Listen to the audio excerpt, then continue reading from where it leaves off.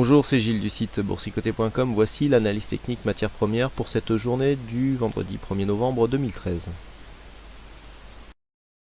Sur l'heure, donc nous sommes toujours ici dans un mouvement qui reste un mouvement baissier. Après ce double échec ici sous cette résistance moyen-long terme, bien les cours refluent ici. Nous avions un objectif à 1308, et bien cet objectif a été atteint aujourd'hui. Donc bon, un échec de plus, je replace ici dans le contexte. Nous avons une tendance donc moyen-long terme matérialisée ici à la baisse par cette zone de résistance. Nous avons eu un échec ici début septembre, nous avons un autre échec ici fin octobre. Voilà, on redescend. Donc pour l'instant, je dirais que tant qu'on ne passe pas ici cette zone des 1308, on peut très bien revenir assez rapidement tester cette résistance. Mais si une cassure des 1308 intervenait, bien il faudrait attendre un peu plus de temps pour avoir justement ce test. Par rapport à cette tendance haussière qui a été impulsée ici d'un point de vue court terme juste avant le test de cette zone de résistance, nous avons donc une phase de consolidation qui se fait d'une manière très technique. On n'est pas du tout dans un mode panique, il suffit de se rapprocher pour le constater. Nous avons dans un premier temps ici l'inscription du premier point haut, on se stabilise ici, on teste un petit peu, on revient tester là, le niveau des 23,6%, petit contact ici avec presque contact avec la moyenne mobile 20 exponentielle. On casse tout de suite, on vient chercher directement le 38,2, on revient chercher une zone de support qui était déjà identifiée à 1326 $ l'once, on casse le 38,2 et on vient directement ici sur les 1308 et marquer un petit contact avec le retracement à 50% qui se trouve à 1306,80 et ensuite on se stabilise au-dessus de cette zone de support des 1308. Donc encore une fois l'analyse technique qui montre ici sa puissance et sa démesure. On est vraiment dans une phase où les niveaux techniques ont été quasiment touchés au point près. Et ça prouve que nous sommes dans un mouvement technique et non pas un mouvement de panique, un petit peu comme sur l'euro-dollar où aucun support ne propose de réaction et où on descend quoi qu'il arrive. Là, on est vraiment dans une baisse structurée avec des points touchés, des rebonds techniques et des cassures qui sont confirmées derrière.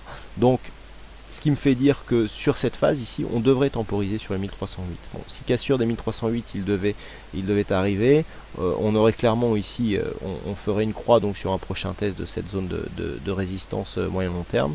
Et sur une cassure ici, les 1293 qui représente les 61,8% de Fibonacci, il faudrait s'attendre à un retracement total vers la zone ici des 1252 $ l'once. Donc l'or qui reste toujours dans un biais baissier, on est quand même assez survendu suite à cette phase de baisse. Donc dans un contexte ici survendu avec un contact ici sur une zone qui a précédemment été une zone majeure, je pense que nous allons avoir une phase de stabilisation au moins entre 1308 et ici les 1320 qui représentent les 38,2% de retracement de Fibonacci de la précédente séance de hausse. On continue avec le WTI, avec là aussi un mouvement très technique. Je vous rappelle donc qu'on avait ici une évolution baissière qui s'est accélérée. Donc ici on avait une phase d'accélération sur laquelle on avait tracé les premiers Fibonacci. Je vous les explique puisqu'on va les effacer pour gagner en clarté. Donc première phase de Fibonacci ici qui nous avait permis de constater ici un retracement sur le 38,2.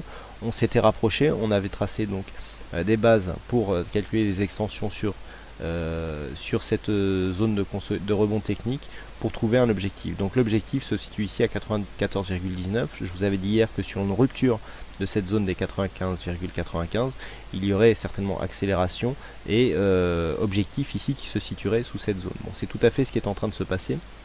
Donc en supprimant ici ces retracements, nous rendons compte que en ne gardant que la zone de rebond technique ici, nous avons un objectif parfaitement défini. Autant sur l'or, nous avons une zone à 1308 qui provoque une réaction, autant là sur le WTI, la zone des 94-96 qui était précédemment une zone relativement importante, est en train de céder assez facilement, puisque sur cette accélération, nous venons directement chercher ici des zones de retracement un peu plus, enfin des zones d'objectifs un peu plus basses.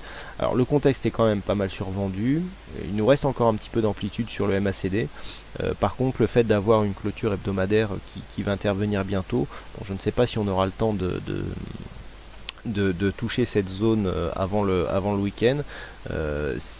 Personnellement, pour avoir pris ici une position pour jouer l'extension, je clôturerai avant je fermerai cette position avant la clôture hebdomadaire, même si l'objectif n'est pas atteint.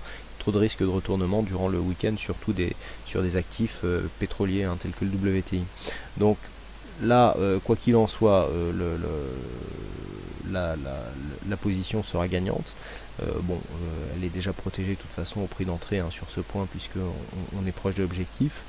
On peut attendre un rebond technique l'année prochaine au vu de cette configuration ici fortement survendue, au moins sur la zone ici des 95 dollars le baril.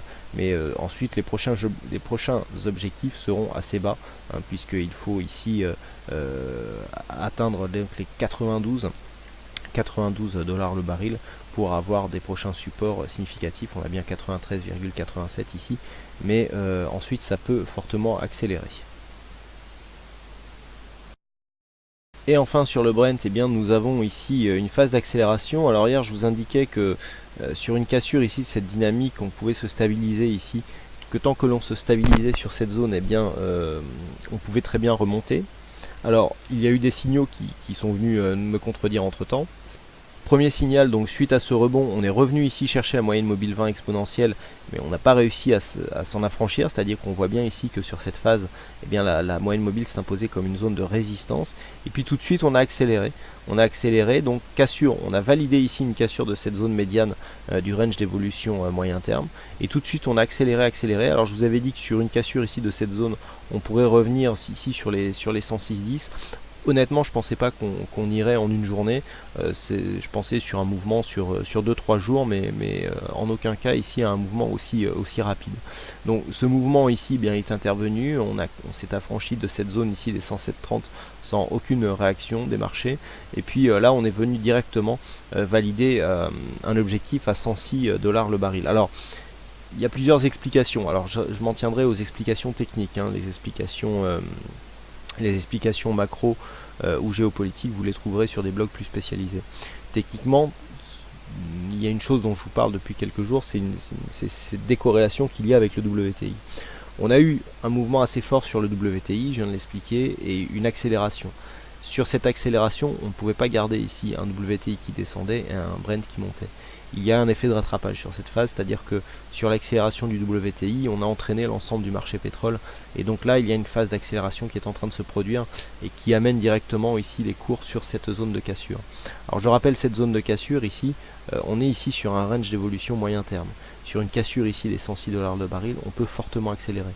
Alors c'est juste avant le week-end, on a ici une forte phase de survente, on est survendu du point de vue des récits stochastiques, on a une bonne amplitude ici au niveau du MACD. Personnellement, je ne jouerai pas une cassure avant la clôture hebdomadaire. Mais ici, sur cette phase, on peut très bien avoir ici, c'est tout à fait possible que l'on ait ici une petite phase de rebond ici avant la clôture hebdomadaire, et puis une ouverture sur un gap lundi pour s'affranchir justement de cette zone de support qui est une zone qui a été testée à de nombreuses reprises. Donc là le biais reste baissier, il va certainement y avoir un mouvement de rattrapage par le WTI, puisque le Brent a beaucoup mieux résisté que le pétrole américain, que le brut léger américain, et donc une accélération du mouvement baissier est à prévoir sur cette séquence. Voilà ce que nous pouvons dire donc sur cette analyse technique matière première. Il ne me reste plus qu'à vous souhaiter à toutes et à tous une bonne soirée, bonne chance dans vos prochains trades et surtout bon week-end. Et on se retrouve donc dès lundi prochain pour d'autres analyses techniques en vidéo. Bonsoir à tous.